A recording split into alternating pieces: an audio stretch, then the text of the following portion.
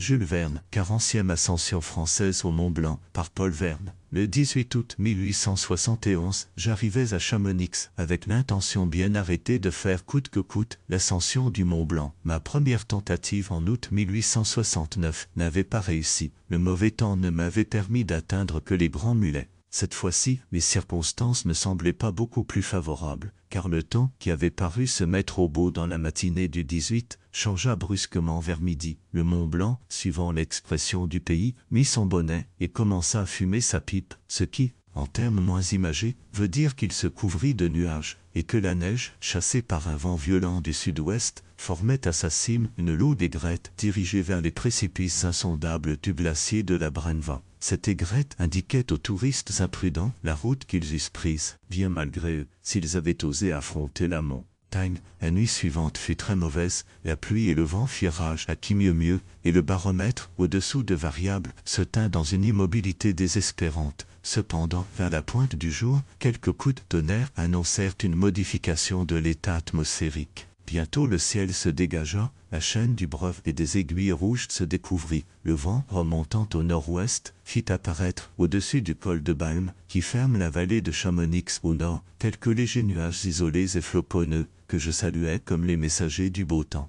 Malgré ces heureux présages, et quoique le baromètre eût légèrement remonté, M. Balma, dit chef de Chamonix, me déclara qu'il ne fallait pas encore songer à tenter l'ascension. Si le baromètre continue à monter, ajouta-t-il, et si le temps se maintient, je vous promets des guides pour après-demain, peut-être pour demain. En attendant, pour vous faire prendre patience et dérouiller vos jambes, je vous engage à faire l'ascension du Breuve. Les nuages vont se dissiper, et vous pourrez vous rendre un compte exact du chemin que vous aurez à parcourir pour arriver au sommet du Mont Blanc. Si malgré ça le cœur vous en dit, eh bien, vous tenterez l'aventure.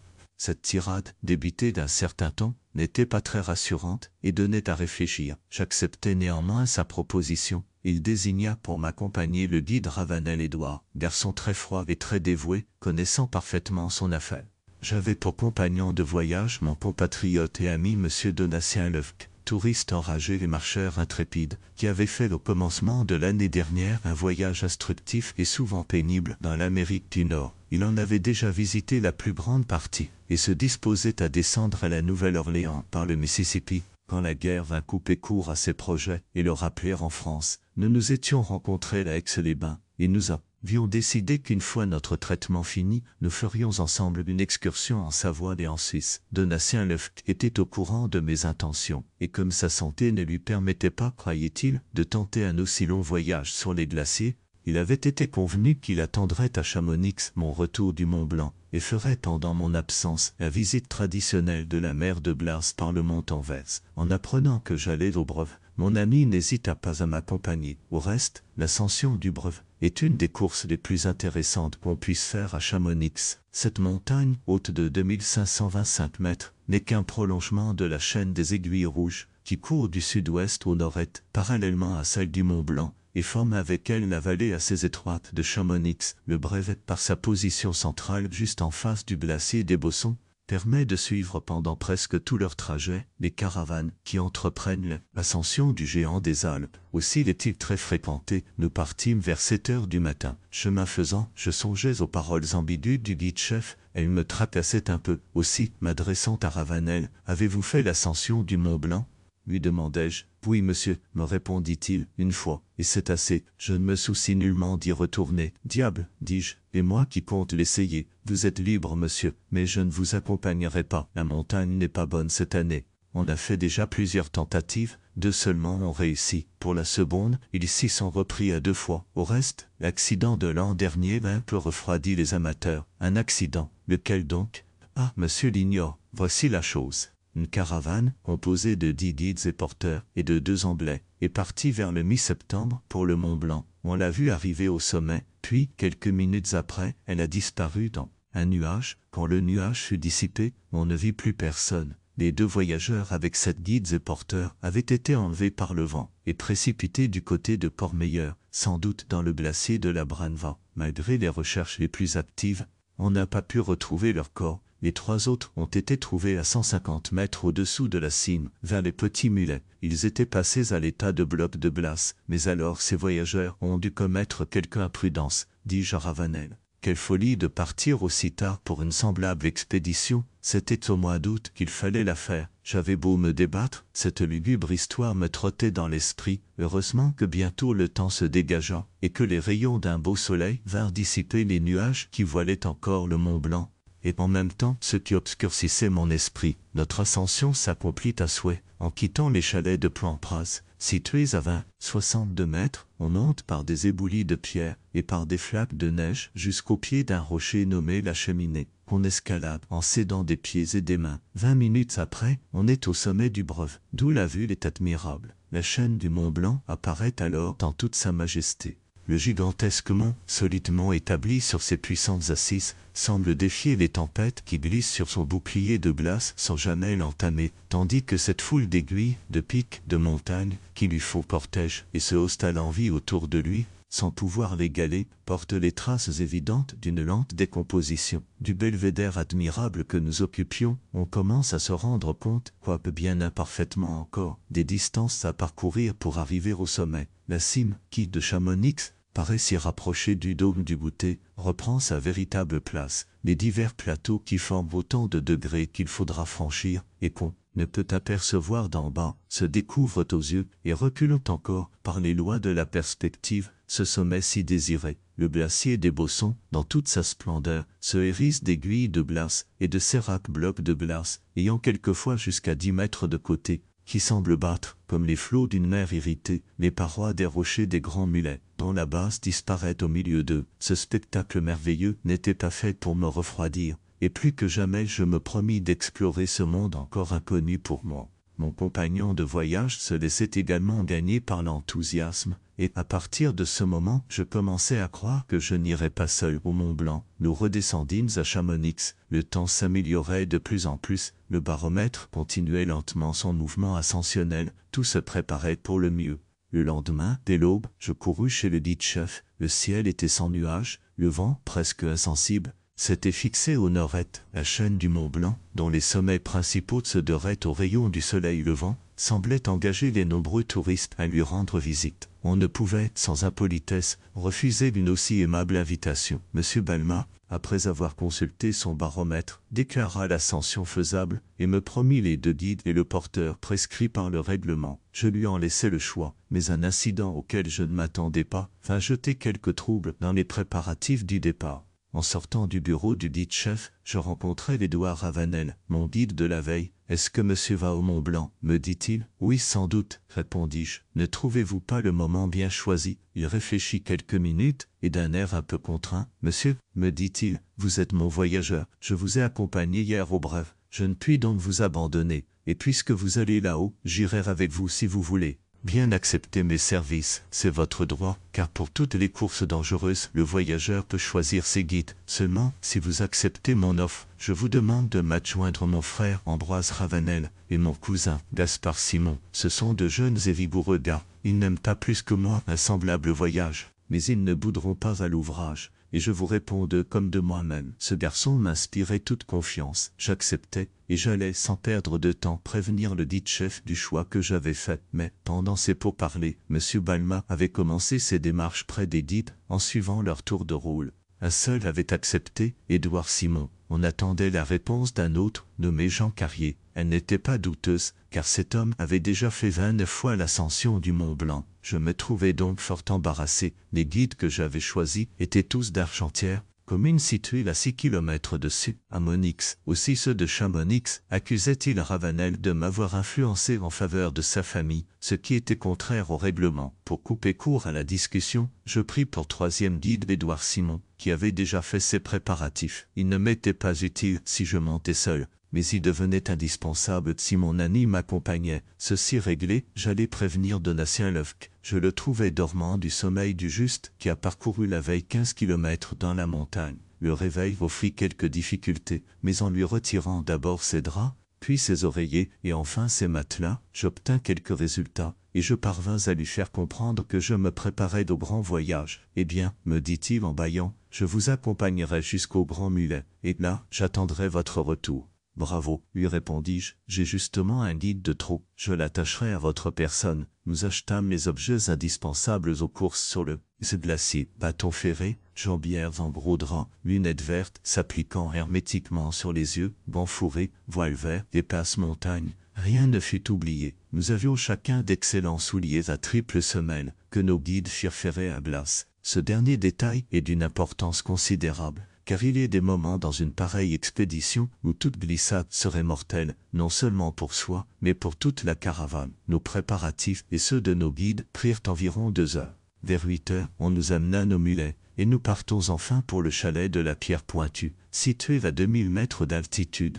soit 1000 mètres au-dessus de la vallée de Chamonix, et 2800 mètres plus bas que le sommet du Mont Blanc. En arrivant à la Pierre Pointue, vers 10 heures, nous y trouvons un voyageur espagnol, M. Hens, accompagné de 2 guides et d'un porteur, son guide principal, nommé Paccard, parent du docteur Paccard, qui fit, avec Jacques Balmat, la première ascension du Mont Blanc, était déjà monté 18 fois au sommet. M. Vennes se disposait lui aussi à en faire l'ascension. Il avait beaucoup voyagé en Amérique et traversé les cordillères des Andes du côté de Quito, en passant au milieu des neiges par les cols les plus élevés. Il pensait donc pouvoir, sans trop de difficultés, mener à bien sa nouvelle entreprise. Mais en cela il se trompait. Il avait compté sans la verticalité des pentes qu'il avait à franchir, et sans la raréfaction de l'air. Je me hâte d'ajouter à son honneur que s'il réussit à atteindre la cime du Mont Blanc, ce fut grâce à une énergie morale bien rare, car les forces physiques l'avaient abandonné depuis longtemps. Nous déjeunâmes à la Pierre Pointue aussi copieusement que possible. C'est une mesure de prudence, car généralement l'appétit disparaît dès qu'on entre dans les régions glacées. M. Vennes partit avec ses guides vers 11 heures pour les Grands Mulets. Nous ne nous mîmes en route que, à midi, à la Pierre Pointue cesse le chemin de Mulets. Il faut alors gravir en zigzag un sentier très raide qui suit le bord du glacier des Bossons et longe la base de l'aiguille du Midi. Après 1 heure d'un travail assez pénible, par une chaleur intense, nous arrivons à un point nommé la Pierre à l'échelle, situé à 2700 mètres. Là, guides et voyageurs s'attachent ensemble par une forte corde, en laissant d'entre eux un espace de 3 à 4 mètres. Il s'agit en effet d'entrer sur le glacier des Bossons. Ce glacier, d'un abord difficile, présente de tous côtés des crevasses béantes et sans fond appréciable. Les parois verticales de ces crevasses ont une couleur glauque et incertaine, trop séduisante à l'œil, quand, en s'approchant avec précaution, on parvient à pénétrer du regard leur profondeur mystérieuse. On se sent attiré vers elles avec violence, et rien ne semble plus naturel que d'y aller faire un tour. On s'avance lentement, tantôt en contournant les crevasses, tantôt en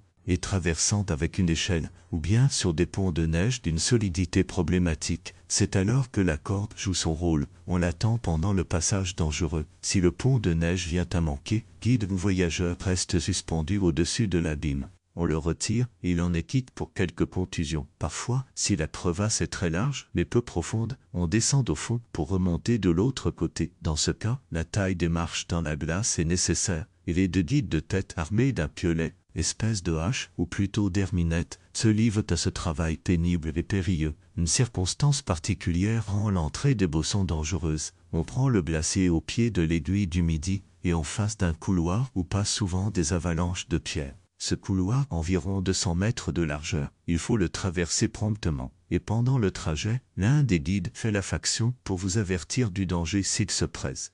En 1869, un guide fut tué à cette place, et son corps, lancé dans le vide par la chute d'une pierre, alla se briser sur les rochers à 300 mètres plus bas. Nous étions prévenus, aussi hâtons-nous notre marche, autant que notre inexpérience nous le permet. Mais, au sortir de cette zone dangereuse, une autre nous attend, qui ne l'est pas moins. Il s'agit de la région des séracs, immenses blocs de glace dont la formation n'est pas bien expliquée. Ces séracs sont généralement disposés au bord d'un plateau et menacent toute la vallée qui se trouve au-dessous d'eux. Un simple mouvement du glacier ou même une légère vibration de l'atmosphère peut déterminer leur chute et occasionner les plus graves accidents. Messieurs, ici du silence, et passons vite. Ces paroles, prononcées d'un ton brutal par l'un des guides, font cesser nos conversations. Nous passons vite et en silence. Enfin, d'émotion en émotion, nous arrivons à ce qu'on appelle la jonction, que l'on pourrait nommer plus justement la séparation violente par la montagne de la côte, des glaciers des Bossons et de Taconnay. À cet endroit, la scène prend un caractère indescriptible. Crevasses aux couleurs chatoyantes, aiguilles de glace aux formes élancées, séracs suspendus et percés à jour,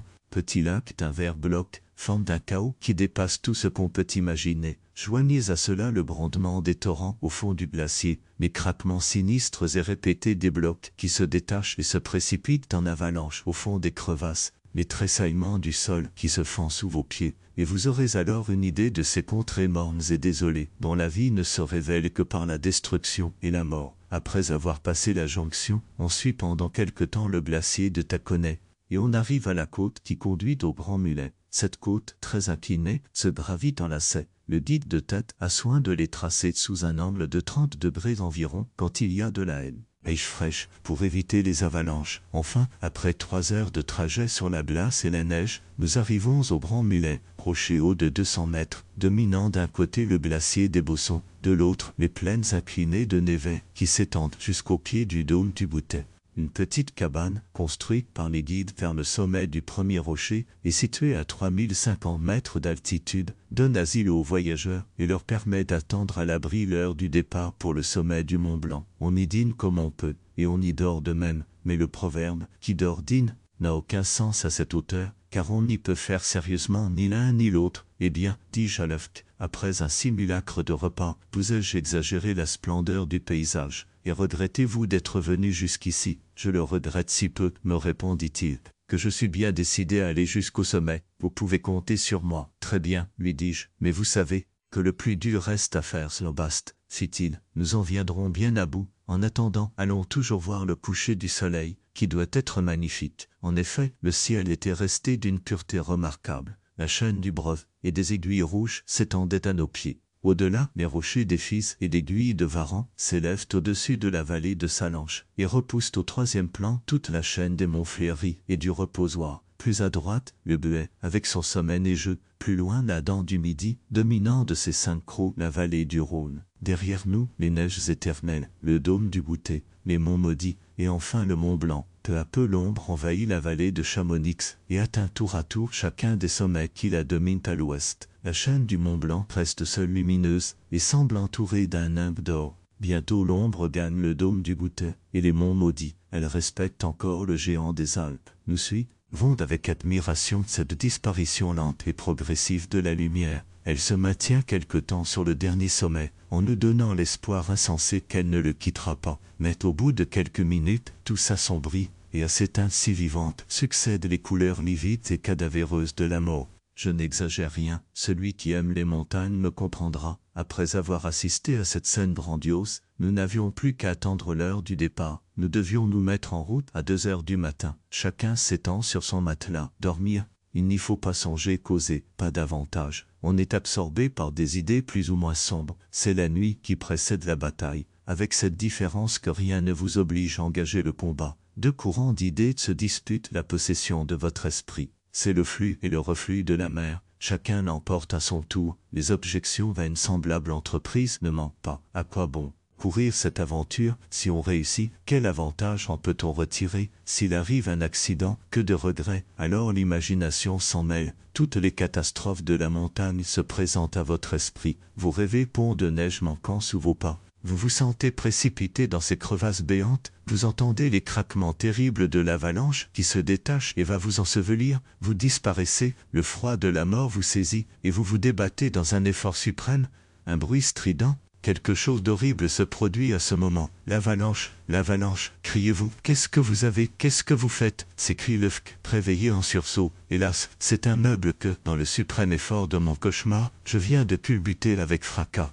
Cette avalanche prosaïque me rappelle la réalité. Je ris de mes terreurs. Le courant contraire reprend le dessus, et avec lui les idées ambitieuses. Il ne tient qu'à moi, avec un peu d'effort, de fouler ce sommet si rarement atteint. C'est une victoire comme une autre. Les accidents sont rares, très rares. Ont-ils eu lieu même? De la cime, le spectacle doit être si merveilleux. Et puis, quelle satisfaction d'avoir accompli ce que tant d'autres n'ont osé entreprendre. À ces pensées, mon âme se raffermit, et c'est avec calme que j'attends le moment du départ. Vers 1 heure, les pas des guides, leur conversation, le bruit des portes qu'on ouvre, nous indiquent que le moment approche. Bientôt, monsieur Ravanel entre dans notre chambre. Allons, messieurs, debout, le temps est magnifique. Vers 10 heures, nous serons au sommet. À ces paroles, nous sautons à bas de nos lits, et nous procédons lestement à notre toilette. 2 de nos guides, Ambroise Ravanel et son cousin Simon, partent en avant pour explorer le chemin. Ils sont munis d'une lanterne qui doit nous indiquer la direction à suivre, et armés de leurs piolets pour faire la route et tailler des padas. Les endroits trop difficiles, à 2 heures, nous nous attachons tous ensemble. Voici l'ordre de marche, devant moi et en tête, Édouard Ravanel, derrière moi, Édouard Simon, puis Donatien Lefque, après lui, nos 2 porteurs, car nous avions pris pour second le domestique de la cabane des Grands Mulets, et toute la caravane de Monsieur N. Les guides et les porteurs s'étant répartis les provisions, on donne le signal du départ, et nous nous mettons en route au milieu de ténèbres profondes, en nous dirigeant sur la lanterne qu'ont emporté nos premiers guides. Ce départ a quelque chose de solennel, on parle peu, le vague de l'inconnu vous obsède, mais cette situation nouvelle et violente exalte et rend insensible au danger qu'elle comporte. Le paysage environnant est fantastique, on n'en distingue pas bien les contours. De grandes masses blanchâtres et indécises, avec des taches noires un peu plus accusées, fermant l'horizon, la voûte céleste brille d'un éclat particulier, on aperçoit, vite, à une distance qu'on ne peut apprécier, la lanterne vacillante des guides qui font la route, et le lugubre silence de la nuit n'est troublé que par le bruit sec et éloigné de la hache taillant des pas dans la glace. On gravit lentement et avec précaution la première rampe, en se dirigeant vers la base du dôme du Boutin. Au bout de 2 heures d'une ascension pénible, on arrive au premier plateau, nommé Petit Plateau, situé au pied du dôme du Goûter, à une hauteur de 3650 mètres. Après quelques minutes de repos, on reprend sa marche en inclinant à gauche et en se dirigeant vers la côte qui conduit au grand plateau. Mais déjà notre caravane n'est plus aussi nombreuse. Monsieur Henol, avec ses guides, s'est détaché. La fatigue qu'il éprouve l'oblige à prendre un peu plus de repos. Vers 4h30, l'aube commença à blanchir l'horizon. Nous franchissions à ce moment la rampe qui conduit au grand plateau, où nous arrivons sans encombre. Nous étions à 3900 mètres. Nous avions bien gagné notre déjeuner. Contre l'habitude, Lefque et moi, nous avions bon appétit. C'était bon signe. Nous nous installâmes donc sur la neige, et nous fîmes un repas de circonstance. Nos guides, joyeux, considéraient notre succès comme assuré. Pour moi, je trouvais qu'ils allaient un peu vite en besogne. Quelques instants plus tard, M. End nous rejoignit, nous insistâmes vivement pour qu'il prît quelque nourriture. Il refusa obstinément. Il éprouvait cette contraction de l'estomac si commune dans ces parages. Il était fort abattu. Le grand plateau mérite une description particulière. À droite s'élève le dôme du Goûter, en face de soi, le Mont Blanc, qui le domine encore de 900 mètres. À gauche, les rochers rouges et les monts maudits. Ce cirque immense est partout d'une blancheur éblouissante. Il présente de tous côtés d'énormes crevasses. C'est dans l'une d'elles que furent engloutis, en 1820, 3 des guides qui accompagnaient le docteur Hamel et le colonel Hanson. Depuis cette époque, en 1864, un autre guide, Ambroise Coutet, y a trouvé la mort. Il faut traverser ce plateau avec de grandes précautions, car il y existe souvent des crevasses cachées par la neige. De plus, il est fréquemment balayé par des avalanches. Le 13 octobre 1866, un voyageur anglais et 3 de ses guides furent ensevelis sous une montagne de glace tombée du Mont Blanc. Après un travail des plus périlleux, on parvint à retrouver les corps des 3 guides. On s'attendait à chaque instant à découvrir celui du voyageur, quand une nouvelle avalanche vint s'abattre sur la première et obligea les travailleurs à renoncer à leur recherche. 3 routes s'offraient à nous. La route ordinaire, qui consiste à prendre tout à fait la bouche sur la base des monts maudits, une espèce de vallée appelée porche ou corridor, conduit par des pentes modérées au haut du premier escarpement des rochers rouges. La seconde, moins fréquentée, prend à droite par le dôme du Goûtin et mène au sommet du Mont Blanc. C'est par l'arête qui relie ces 2 montagnes. Il faut pendant 3 heures suivre un chemin vertigineux et escalader une tranche de glace vive assez difficile, nommée la bosse du dromadaire. La 3e route consiste à monter directement au sommet du corridor, en gravissant un mur de glace haut de 250 mètres qui longe le premier escarpement des rochers rouges. Les guides ayant déclaré la première route impraticable en raison des crevasses récentes qui la barraient entièrement, il nous restait le choix entre les 2 autres. Pour moi, j'opinais pour la 2e, qui passe par la bosse du dromadaire, mais elle fut jugée trop dangereuse, et il fut décidé que nous attaquerions le mur de glace qui conduit au sommet du corridor. Quand une décision est prise, le mieux est de l'exécuter sans retard. Nous traversons donc le grand plateau et nous arrivons au pied de cet obstacle vraiment effrayant. Plus nous avançons, plus son inclinaison semble se rapprocher de la verticale. En outre, plus RS crevasses que nous n'avions pas aperçues s'ouvrent à ses pieds. Nous commençons néanmoins cette difficile ascension. Le premier guide de tête ébauche les marches, le second les achève. Nous faisons 2 pas par minute, plus nous montons, plus l'inclinaison augmente. Nos guides eux-mêmes se consultent sur la route à suivre, ils parlent en patois, ils ne sont pas toujours d'accord, ce qui n'est pas bon signe. Enfin, l'inclinaison devient telle que le bord de nos chapeaux touche les mollets du guide qui nous précède. Une mitraille de morceaux de glace produite par la taille des pas nous aveugle et rend notre position encore plus pénible.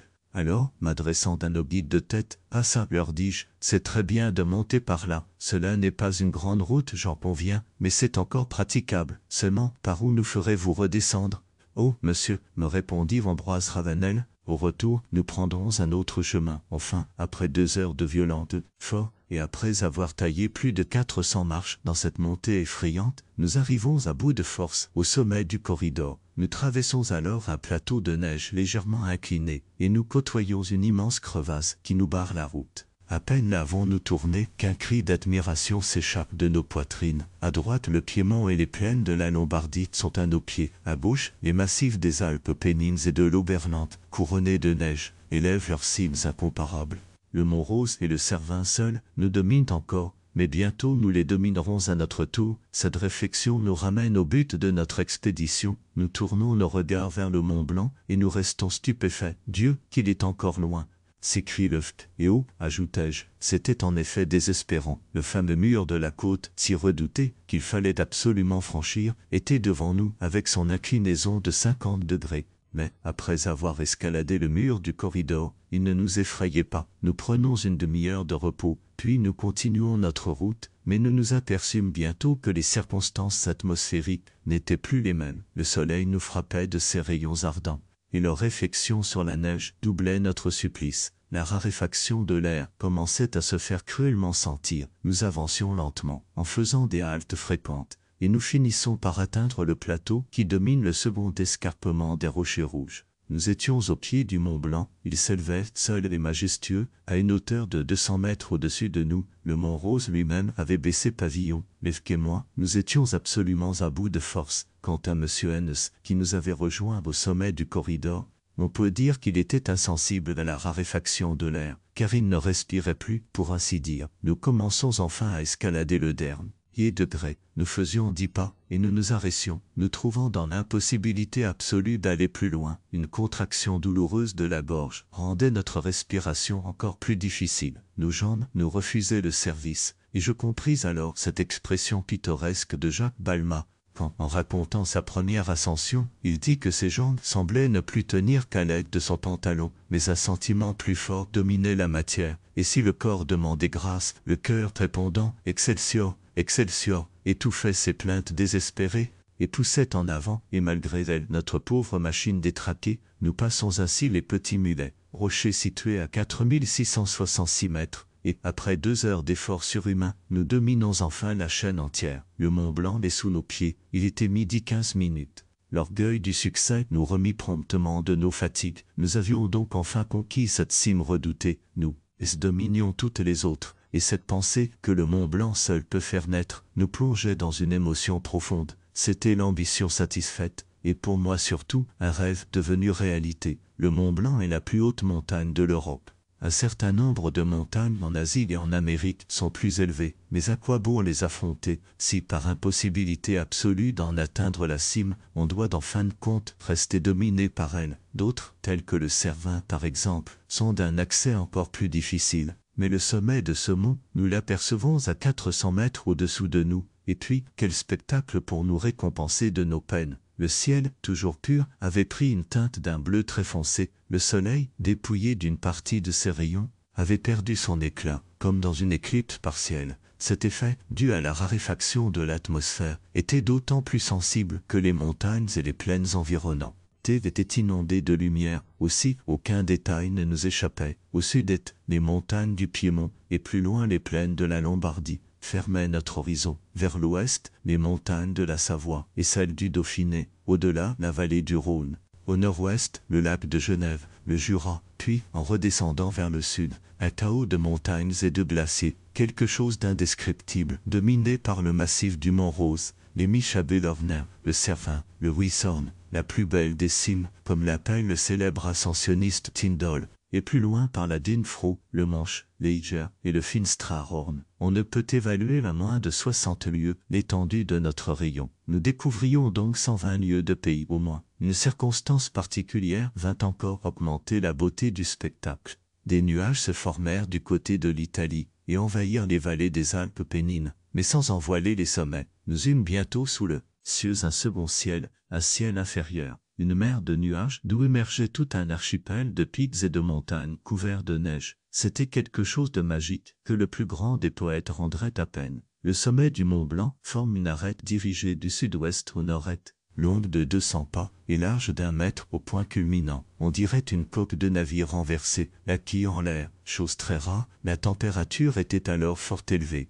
10 degrés au-dessus de zéro. L'air était presque calme, parfois une légère brise d'est se faisait sentir. Le premier soin de nos guides avait été de nous placer tous en ligne sur la crête faisant face à Chamonix pour qu'on pût d'en bas facilement nous compter et s'assurer que personne ne manquait à l'appel. Nombre de touristes s'étaient rendus aux Breuves et au Jardin pour suivre notre ascension. Ils purent en constater le succès, mais ce n'est pas tout que de monter. Il fallait songer à redescendre, le plus difficile, sinon le plus fatigant, restait à faire. Et puis, on quitte à regret une sommité conquise au prix de tant de labeur. Le ressort qui vous poussait en montant, ce besoin de dominer, si naturel et si impérieux, vous fait défaut, vous marchez sans ardeur, en regardant souvent en arrière. Il fallut pourtant se décider, après une dernière libation du champagne traditionnel, nous nous mettons en route. Nous étions restés 1 heure au sommet, l'ordre de marche était changé, la caravane de M. Hennes était en tête, et sur la demande de son guide, Paca, nous nous attachons tous ensemble. L'état de fatigue dans lequel se trouvait M. Hennes, que ses forces trahissaient, mais non sa volonté, pouvait faire craindre des chutes que nos efforts réunis parviendraient peut-être à arrêter. L'événement justifia notre appréhension. En descendant le mur de la côte, M. Hennes fit plusieurs faux pas. Ses guides, très vigoureux et très habiles, purent heureusement l'arrêter au passage. Mais les nôtres, craignant, avec raison, que la caravane tout entière me fût entraînée, voulurent se détacher. Lefque et moi, nous nous y opposons, et, en prenant les plus grandes précautions, nous arrivons sans encombre au bas de cette côte vertigineuse qu'il faut descendre en avant. Il n'y a pas d'illusion possible. L'abîme, le vide presque sans fond est devant vous, et les morceaux de glace détachés qui passent près de vous en bondissant, avec la rapidité d'une flèche, vous montrent parfaitement la route que prendrait la caravane si vous veniez à manquer.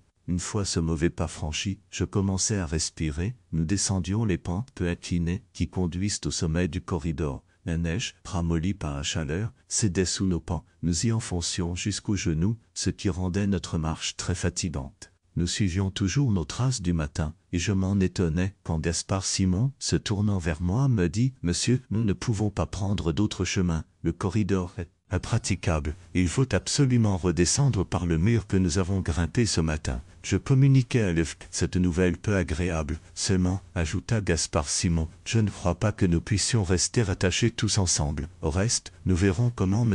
Hennes se comportera au début. Nous avancions vers ce terrible mur. La caravane de M. Hennes commençait à descendre, et nous entendions les paroles assez vives que lui adressait Paca. La pente devenait telle que nous n'apercevions plus ni lui ni ses guides, quoique nous fussions toujours liés ensemble. Dès que Gaspard Simon, qui me précédait, put se rendre compte de ce qui se passait, il s'arrêta, et, après avoir échangé quelques paroles en patois avec ses collègues, il nous déclara qu'il fallait se détacher de la caravane de M. N. Nous répondons de vous, ajouta-t-il, mais nous ne pouvons répondre des autres, et s'ils glissent, ils nous entraîneront. En disant cela, il se détacha, il nous en coûtait beaucoup de prendre ce parti, mais nos guides furent inflexibles. Nous proposons alors d'envoyer 2 d'entre eux prêter leur concours au guide de M. N. Ils acceptent avec empressement, mais, n'ayant pas de corde, ils ne peuvent mettre ce projet à exécution. Nous commençons donc cette effroyable descente. Un seul de nous bougeait à la fois, et au moment où il faisait un pas, tous les autres s'arc-boutaient, prêts à soutenir la secousse s'il venait à baisser. Le guide de tête, Édouard Ravanel, avait un rôle des plus périlleux. Il devait refaire les marches, qui étaient plus ou moins détruites par le passage de la première caravane. Nous avancions lentement, et en prenant les plus grandes précautions, notre route nous menait en droite ligne à l'une des crevasses qui s'ouvraient au pied de l'escarpement. Cette crevasse, quand nous montions, ne pouvions ne pas la regarder, mais en descendant, son ouverture verdâtre et béante nous fascinait. Tous les blocs de glace détachés par notre Repassage semblait s'être donné le mot, en 3 bonds, ils allaient s'y engouffrer, comme dans la gueule du Minotaure. Seulement, après chaque morceau, la gueule du Minotaure se refermait. Ici, point, cette crevasse inassouvie s'ouvrait toujours et paraissait attendre, pour se refermer, une bouchée plus importante. Il s'agissait de n'être pas cette bouchée, et c'est à cela que tendaient tous nos efforts, pour nous soustraire à cette fascination, à ce vertige moral, si je puis m'exprimer ainsi. Nous essayâmes bien de plaisanter sur la position scabreuse que nous occupions, et dont un chamois n'aurait pas voulu. Nous allâmes jusqu'à fredonner quelques couplets du maestro Offenbach, mais, pour rester fidèle à la vérité, je dois convenir que nos plaisanteries étaient faibles,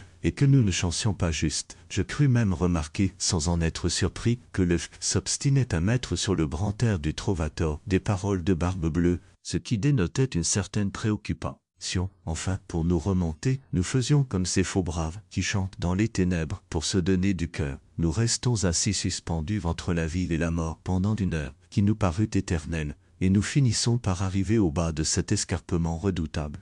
Nous y trouvons sains et saufs M. Reynolds et ses guides. Après avoir pris quelques minutes de repos, nous continuons notre marche. En approchant du petit plateau, Édouard Ravanel s'arrêta brusquement, et se tournant vers nous, « Voyez quelle avalanche !» s'écria-t-il. Elle a couvert nos traces. En effet, une immense avalanche de glace, tombée du dôme du Boutet, recouvrait entièrement la route que nous avions suivie le matin pour traverser le petit plateau. Je ne puis évaluer la masse de cette avalanche à moins de 500 mètres cubes. Si elle s'était détachée au moment de notre passage, une catastrophe de plus eût été sans doute à ajouter à la liste déjà trop longue de la nécrologie du Mont Blanc. En présence de ce nouvel obstacle, il fallait ou chercher un autre chemin, ou passer au pied même de l'avalanche. Vu l'état d'épuisement dans lequel nous nous trouvions, ce dernier parti était assurément le plus simple. Mais il offrait un danger sérieux. Une paroi de glace de plus de 20 mètres d'élévation, déjà en partie détachée du dôme du Bouter, auquel elle ne tenait plus que par un de ses angles, surplombait la route que nous devions suivre. Cet énorme sérac semblait se tenir en équilibre. Notre passage, en ébranlant l'atmosphère, ne déterminerait-il pas sa chute? Nos guides se consultèrent, chacun d'eux l'examina avec la lorgnette, la fissure qui s'était formée entre la montagne et cette masse inquiétante. Les arêtes vives et nettes de la fente indiquaient une cassure récente, évidemment occasionnée par la chute de l'avalanche. Après une courte discussion, nos guides, ayant reconnu l'impossibilité de trouver un autre chemin, se décidèrent à tenter ce passage dangereux. Il faut marcher très vite, courir même si c'est possible, nous dirent-ils, et dans 5 minutes, nous serons en sûreté. Allons, messieurs, un dernier coup de collier. 5 minutes de course, c'est peu de choses pour des gens seulement fatigués, mais pour nous, qui étions absolument à bout de force, courir, même pendant si peu de temps, sur une neige molle, dans laquelle nous enfoncions jusqu'aux genoux, semblait impraticable. Nous faisons néanmoins un suprême appel à notre énergie, et, après 3 ou 4 culbutes, tirés par les uns, poussés par les autres, nous atteignions enfin un monticule de neige, sur lequel nous tombons épuisés. Nous étions hors de danger. Il nous fallait quelque temps pour nous remettre. Aussi nous étendîmes-nous sur la neige, avec une satisfaction que tout le monde comprendra. Les plus grandes difficultés étaient désormais vaincues, et s'il restait encore quelques dangers à courir, nous pouvions les affronter sans grande appréhension. En l'espoir d'assister à la chute de l'avalanche, nous prolongeâmes notre halte. Mais nous attendîmes en vain, comme la journée s'avançait et qu'il n'était pas prudent de s'attarder dans ces solitudes glacées, nous nous décidons à continuer notre route, et vers 5 heures, nous atteignons la cabane des Grands Mulets. Après une mauvaise nuit et un violent accès de fièvre occasionné par les coups de soleil que nous avions rapportés de notre expédition, nous nous disposons à regagner Chamonix. Mais avant de partir, nous inscrivons, suivant l'usage, sur le registre déposé à cet effet au Grand Mulet, les noms de nos guides et les principales circonstances de notre voyage. En feuilletant ce registre, qui contient l'expression plus ou moins heureuse, mais toujours sincère, des sentiments qu'éprouvent les touristes à la vue d'un monde si nouveau, je remarquai un hymne au Mont Blanc, écrit en langue anglaise. Comme il résume assez bien mes propres impressions, je vais essayer de le traduire. Le Mont Blanc, ce géant, dans la fière attitude écrase ses rivaux, jaloux de sa beauté, ce colosse imposant qui, dans sa solitude, semble défier l'homme, eh bien, je l'élève dompté, oui, malgré ses fureurs, sur sa cime orgueilleuse, j'ai, sans pâlir, gravé l'empreinte de mes pas.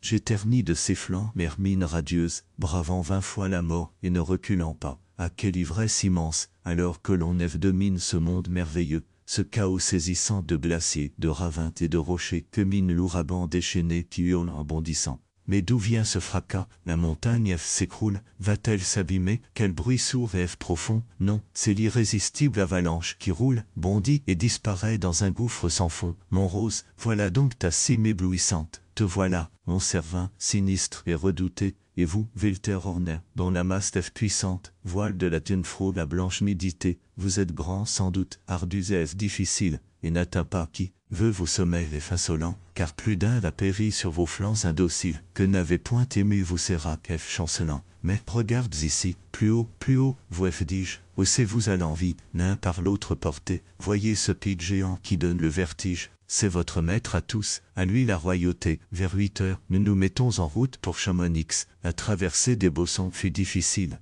mais elle se fit sans accident. Une demi-heure avant d'arriver à Chamonix, nous rencontrâmes, au chalet de la cascade du Dard, quelques touristes anglais qui semblaient guetter notre passage. Dès qu'ils nous aperçurent, ils vinrent, avec un empressement sympathique, nous féliciter de notre succès. L'un d'eux nous présenta à sa femme, charmante personne d'une distinction parfaite. Après que nous lui eûmes esquissé à grands traits les péripéties de notre voyage, elle nous dit avec un accent qui partait du cœur « Monsieur le Baron everybody, let me touch you, your help stop, combien chacun vous envie, laissez-moi toucher vos bâtons. » Et ces paroles rendaient bien leur pensée à tous. L'ascension du Mont Blanc est très pénible. On prétend que le célèbre naturaliste genevois de Saussure y prit le germe de la maladie dont il mourut quelques mois plus tard. Aussi ne puis-je mieux terminer cette trop longue relation qu'en citant les paroles de H. Markham Sherwill. Quoi qu'il en soit, dit-il en finissant la relation de son voyage au Mont Blanc, je ne conseillerais à personne une ascension dont le résultat ne peut jamais avoir une importance proportionnée au danger qu'on y court et qu'on y fait courir aux autres.